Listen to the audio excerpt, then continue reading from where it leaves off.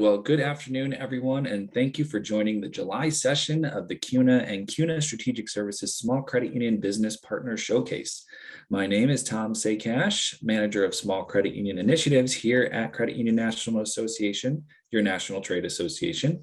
And on behalf of CUNA and CUNA Strategic Services, it's my pleasure to welcome you to our session today. As a reminder, the purpose of this series is to connect you with business partners who have a solid track record of working well for small credit unions, and to increase your knowledge of the business partners that are out there who can help you enhance, strengthen, and advance your organizations. Each month, the second Thursday of the month, at 2 p.m. Central Time, we will bring you new providers who we'd like you to learn about. Each will have about 30 minutes to share about their organizations and how their services can be beneficial for smaller credit unions. If you have questions during the presentations, you can ask them in the Q&A or chat functions of this platform. Only our presenters can be seen and heard, but you can engage with them whenever you'd like as they share.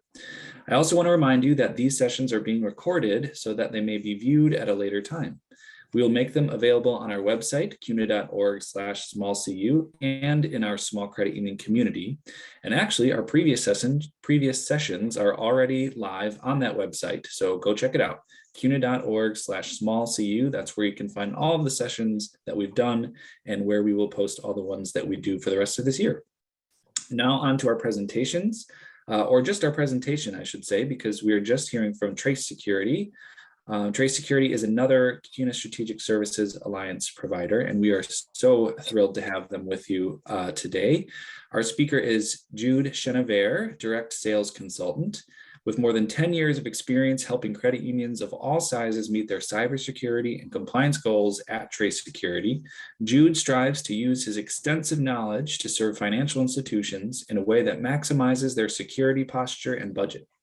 Having worked within financial institutions for over 10 years prior to joining the TraceSecurity team, Jude is familiar with the complexities and challenges that their clients face and does his best to help them exceed expectations and demonstrate improvements in overall security.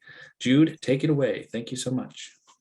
Hey, thanks for the introduction, Tom. Hi, good afternoon, everybody. I'm Jude Chenevert with TraceSecurity. I've also got in the office with me Marissa Adams. She is our marketing manager here at Trace. And what I hope that we could do today is really just discuss some of the challenges that we typically see credit unions your size and complexity dealing with on a daily basis. I'm certain that everyone knows by now that even the smallest credit unions out there have been told that they can't do nothing. They've got to do things and put safeguards in place to protect the credit union, protect member data, and ensure that everything's locked down tight. The TraceSecurity company was founded about 18 years ago, specifically to help financial institutions and very focused on credit union clients over the last 18 years. We started off really just trying to help credit unions do what they could to make sure that their networks were secure, that physical security measurements were being taken. Through our growth over the years since 2004, we've really set out to kind of walk alongside of the credit unions that we work for and with as a security partner, helping them identify areas that they may or may not know exist and make sure that they're not susceptible to things like data breach or other areas that could really impact the trust of the members and the organization as a whole. What I typically try to do in conversations with credit unions is make it as real world as possible, right? We know that all these threats exist. You see them every day. You're faced with folks trying to obtain information about the credit union and its members. The threat landscape is ever evolving and it's everywhere. So really what we'll talk about today are some things, some measures that credit unions can put into place. Typically, when we work with a credit union, they're either in a category where they've done these things before and they're kind of used to the routine, A lot of times on the much smaller end of the spectrum, sometimes they haven't done some of these things, or they might be completely new to some of the cybersecurity measures that they should be thinking about and be putting in place. So we'll work with them to kind of develop a plan that fits where they are in their maturity and in their cybersecurity posture. As Tom mentioned, we are a company that specializes in cybersecurity testing and audit services. We've got a team of, it's currently at 38 analysts on staff. And what they do is they specialize in certain fields of testing and audit. Ideally, what we would do is assemble a project team based on what you engage us for. And we'll talk about what some of those services look like in a minute. We'll go through the progressions of the service engagement, and then at the end of it, we'll talk about some lessons learned or areas where we see that the credit union can improve to make sure that they're not an easy target, or that they would have a problematic exam whenever their regulator gets there. I meant to mention Marissa is going to be monitoring the chat, so feel free to throw any questions that you have in there. If it's something that relates directly to what we're talking about, she'll grab my attention. If it's something that will go towards the Q&A section at the end, certainly glad to field those there. As Tom mentioned, so we've covered some of these items already. We've been doing this since 2004. Back then, the group set out really just to help respond to GLBA and NCUA requirements. Obviously, that has increased as far as the regulatory guidelines go and the security measures that are there. We are, as a firm, a true third-party provider. So we're not going to go in and manage your firewall. We're not going to set up your network, apply any patches. So when we come in, we're truly there to help you assess how secure your environment is and what things can be put in place to make it more secure. We've got specialized offerings that work with credit unions of all sizes. Right now, our largest credit union is over 10 billion in assets, but we've got a lot of customers, and it's probably our most fast growing segment of our credit union client base are about 150 million in assets and under. So they're typically one or a few locations, not a ton of employees, not a huge expansive network. And so what we do is we work to right-size the engagement to fit within their needs, their budgets, and help them kind of follow a security roadmap to be able to develop that program. About a year ago, maybe two, we started getting a lot of requests from credit unions that had not done anything, and they were really trying to work cybersecurity into their budget. A lot of times, especially with as thin as small credit union budgets can be, it came down to whether or not they could dedicate funds to that to be able to do the things that they knew that they probably should be doing. So we developed a suite of services. We call it our small institution suite, but really it's for those clients that, again, don't have a huge branch network. They don't have a huge technology network, and we wanted to make it where it's consumable for everybody. Up here, we've got our smallest client right now is about $1.5 million in assets. They're a single person, so when you ring the phone, the CEO answers. They're also head teller. They do all the marketing. They do, they wear every hat in the building. They do it very well, thankfully. They've got somebody that's a rock star in that role, but it really just goes to show, like, when we work with them and we're helping them with cybersecurity, we really have to kind of be an extension of what they're doing in-house. So we'll help them kind of make sense of what they need to know and how they'll get through their successful examinations. We have delivered over 30,000 examiner-approved reports that we've sent to customers. They've been reviewed by boards and examiners. Really just all that means for you guys is that when we send you a report or we go over it with you, the information in there is actionable. It's something that you can use to make the credit union better. About 12 years ago, I believe, 2006, CUNA Strategic Services did what we'll call an evaluation of firms that do what Trace Security does for credit unions. And out of the group that submitted information, CUNA Strategic Services really kind of gravitated towards the methodology and the frameworks that we used to work with our credit union clients. Since then, they've exclusively recommended Trace Security as their alliance provider for testing and audit services to help credit unions make sure that everything is as secure as it can be. Through that affiliation, we've been gratefully also associated with other credit union leagues around the country. You may see some up here that are familiar.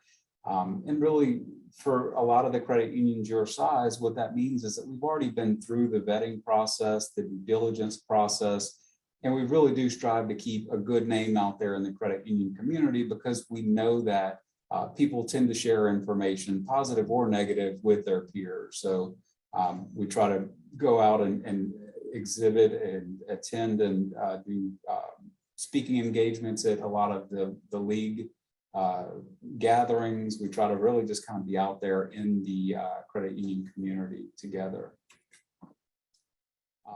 Before we get into each of the services that a credit union like yours might engage, last night we were going through Netflix, I think, and we were looking for movies to watch, and we got to The Pursuit of Happiness. It's an older Will Smith movie, and my son had never seen it. He's going on 12 years old, and we said, you know what, let's watch that. We felt like there were some good stories behind it, kind of the never give up mentality. And I think one of the common themes of the movie was we're continually pursuing happiness, but it's not necessarily a destination that you finally get to and you're like, aha, we're happy.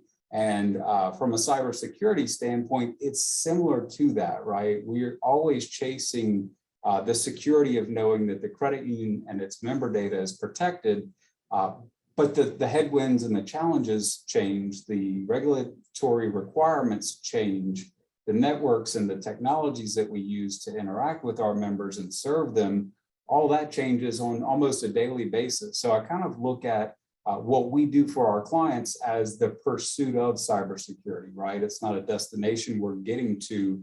It's a continual path that we're on to try and make sure that everything is good to go. So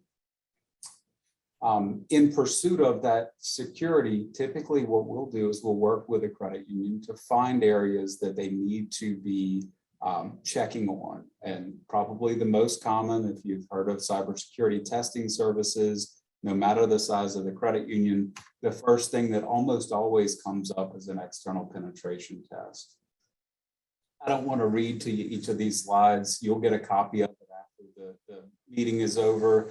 But in a practical way, an external penetration test is like paying a thief to try and break into your house. But instead of the house, it's into the credit union through the technology that they use. So we're going to use tools and techniques that hackers use. We don't seek to do anything that would disrupt your systems or bring anything offline, but it's really to help identify any weak spots where you might be susceptible to a breach, right? We want to keep the bad guys out. We still need to interact with data over the internet. So that's going to help paint the picture of what could be exploited if somebody tried. On the internal network side, which is the servers and the PCs and the printers and the phones and everything that makes the credit union operate on a daily basis, we want to make sure that we're not vulnerable to attack from inside, right? So this is going to give you a visual of if someone were in the network, whether like it's a rogue employee that knows they're getting fired on Friday, or a malware created backdoor that's been opened up, or some other way that somebody's in your environment. Here, we're going to look to move laterally across the network. So if we can get over here, could we pivot from there and move laterally over here? And what we're trying to do is escalate our privileges, just like somebody in your credit union might try to do, like, hey, could we take over the network if we had the time and resources to do this? A lot of the threats that are of most significant to credit unions start within the organization. We hope that it never happens, but it can, and this helps make sure that the internal network is as secure as possible. So these are basically paying a company like ours to hack the credit union, but ethically. On the vulnerability assessment side, this is more like looking at everything that's plugged into the network. Routers, switches, firewalls, anything that's connected, and giving you a catalog of any vulnerabilities that exist. And that might be something like an out-of-date software, a patch that needs to be applied, some configuration setting that's maybe not in its most secure state. A lot of times this is being done by a person, maybe like an MSP, there at the credit union or managed services provider. So we'll do it as kind of a second check. Okay, if we do this and we see the same results as what you're seeing through internal scanning, that's great, right? We corroborated that. We know that that's true. If there's something that we pick up on that might be high or low risk, we want to make you aware of it and give feedback on how it can be remediated. The risk assessments are typically going to go through an interview process. And a lot of credit unions handle this internally. There are some spreadsheets or software tools that facilitate creating a risk assessment. But when we do it, we're doing it with the purview of an analyst who has done hundreds of risk assessments.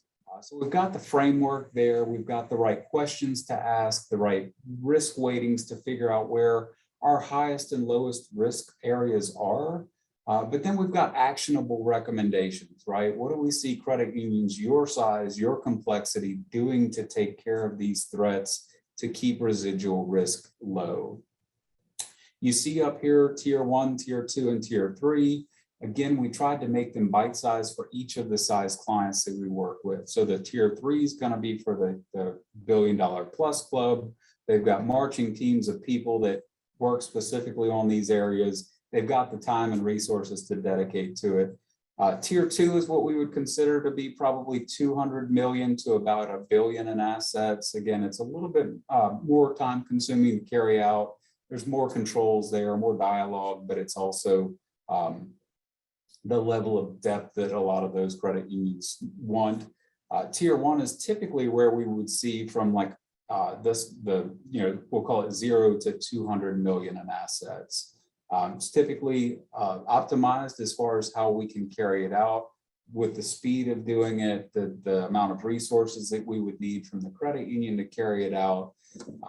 And at the end of it, we'll publish a report and review it with you that says, here's where your key risk areas are, here's what can be done about it, and here's kind of what we'll start looking at for the future. As a follow-up to that, a lot of credit unions will engage us to do our IT security audit. And if you think about if a risk assessment is an interview, an audit is, okay, now that we know what we should have, let's prove it, right? So it's interviews, observation, documentation, testing. It's to go through and make sure that the key safeguards that should be there are there and that they're working as they should. One of the folks that we work with said, we don't know what we don't know. We can't go in there and just imagine the things that a credit union our size should have. So we need a trusted resource like TraceSecurity to come in and walk alongside of us and identify these things. Again, it's tiered. We do and have, pardon me, 1 second.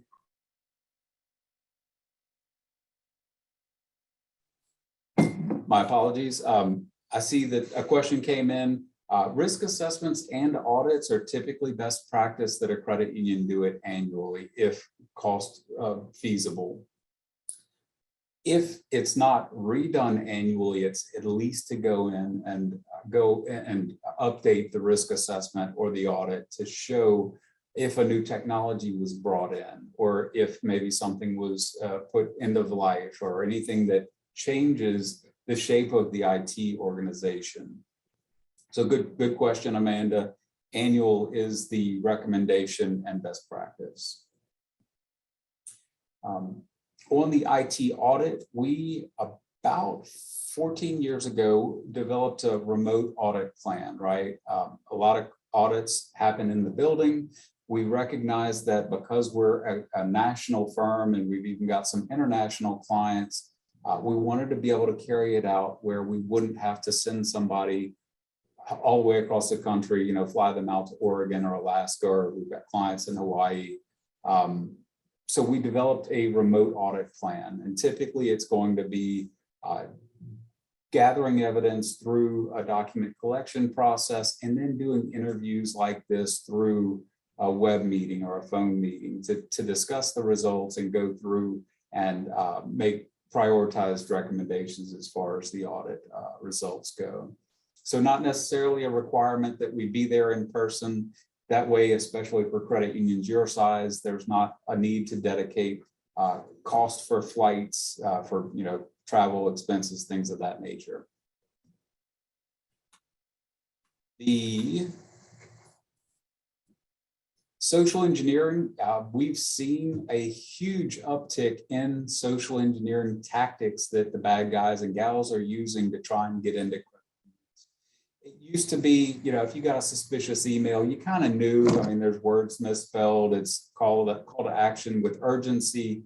Might be from a sender you don't recognize. The hackers are getting very sophisticated in the way that they're phishing or socially engineering the credit union staff. And so what we do is we develop game plans to be able to test the staff in ways that hackers are doing, and then train behind it. Like, okay, if you got a phone call that asked for information or for you to direct to a website that should have been off limits, here's what to do, here's how to flag it, here's how you respond to it or report it. So we've got, you know, the three most common right now you see on the screen are phishing, vishing, which is voice calls, kind of a pretext story and a warm voice trying to see if we can get information or access. Smishing is a newer one. It's where we'll send out SMS text messages to the credit union's cell phones and see if they would interact with a link that would have been or could have been malicious and opened up a door to member data. We also do USB thumb drive drops. We can hop on like live chat features. Some credit unions have asked us to call after hours and see if we could get somebody to give information for the company that they outsource kind of after hours call fielding to. A lot of different approach angles, but really it's just to create that knee-jerk reaction within the credit union that says, hey, if this was a problem, I know how to spot it, how to react to it, and how to disarm the threat. On-site social engineering is one of our guys and gals' favorite things to do. They get to dress up in a costume, go around facilities and see if they can sneak into areas or plug in networks that should be off limits. And then they'll kind of draft a report. They do get a get out of jail free card. So if they get busted, they say, hey, you know what? Tom sent me, I've got access and authorization to be here. But it helps identify physical security threats that could be circumvented. Wireless assessment and pen testing is typically like acting as though someone were either in the lobby or in the parking lot and trying to exploit their way in through the wireless network. If you've got a corporate network or a guest network or any sort of wireless, we can use that as an attack vector. This slide has a lot of other services, we'll call them. You see the ransomware preparedness assessment, which has been kind of a hot topic for a lot of credit unions, large and small. Some of the configuration reviews and tabletop testing have come up. And really, it's just to fill in any gaps that you might have as far as testing plans go or any new technologies that get rolled out. And I appreciate you listening to me go on and on about cybersecurity. I'm probably a little bit more excited about it than the average person out there in credit union land. I did want to open it up to questions and answers. So if you have any, certainly please go ahead and put it in the chat window.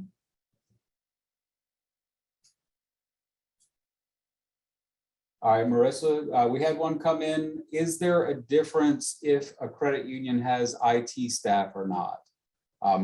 The answer is frankly no. The IT staff typically is, whether it's an employee of the credit union, maybe it's somebody at the credit union that just knows computers well enough to get the network up and running.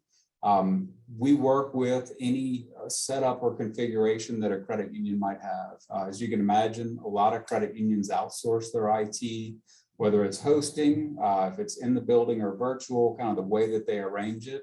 So there's definitely not a requirement that there be an IT person on staff. A lot of times we're working directly with the person who we're working directly with the person who does the everything else for the credit union, or somebody that maybe just plays an extra role. All right, we've got not related to the company, but I'm a one sport fan, baseball. So I have to ask, what is the story on those three bats behind you? Thanks for the question, Mark.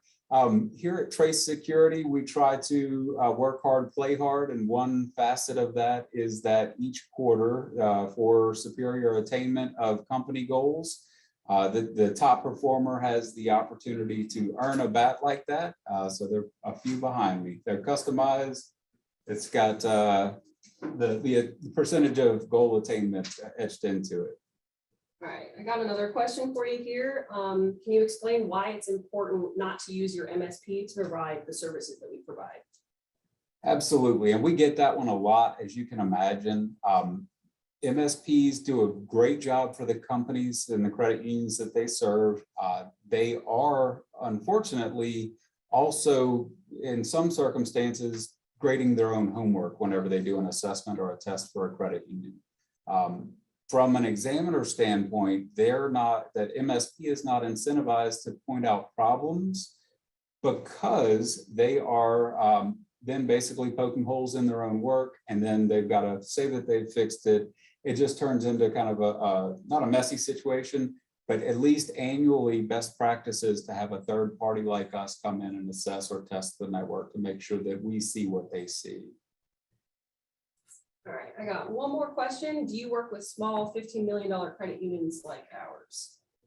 Absolutely. I actually had I want to say that they were in New York. It was last week. I had a consultation with a credit union that was less than 10 million in assets. It was 2 or 3 employees, and their examiner basically wrote a finding that they needed everything, almost everything that we looked at on the screen today. So what we did for them, and again, we want to have a consultation and kind of talk about what sort of things you're dealing with. But for this particular client, what we did was created a 3-year roadmap where we do things periodically throughout it. It made the cost a little bit more consumable for them, but it ensured that they were getting what they need throughout that 3-year period. So we're continually touching something for them. But we want to work with you to kind of fit as much value density into whatever budget you allocate to it. Good question. All right, and when conducting external penetration testing, do you require whitelist for them to do whitelisting, or? So that's another great question that we get quite often. The simple answer is that we leave that up to our clients, right? Each of them have a different comfort level with, we'll call it lowering the guards. We have some clients that have us do it what we call shields up and shields down, which means first you don't give us any help, and then you do.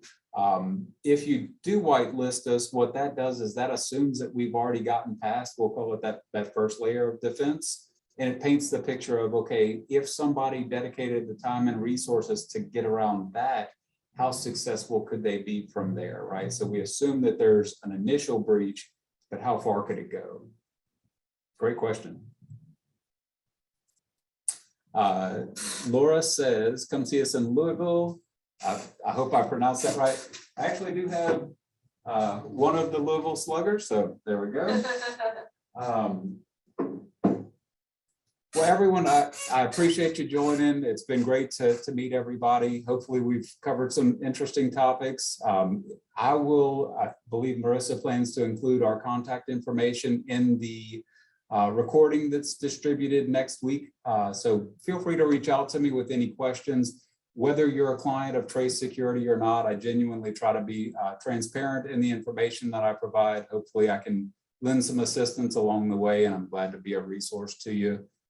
And with that, Tom, I'll turn it back over to you. All right. Thank you so much, Jude and Marissa. Thank you to Trace Security for presenting today. Really appreciate it. And for everybody who tuned in, really appreciate you being engaged in this webinar series. Please join us again next month on August 9th when we have Mark H. Smith present on its ALM and CISL products. And I know that will be of a lot of interest to those of you who are still looking for that CISL solution. So look forward to seeing you next month on August 9th. Thanks again, Trace Security, and have a great day, everybody. Thanks so much.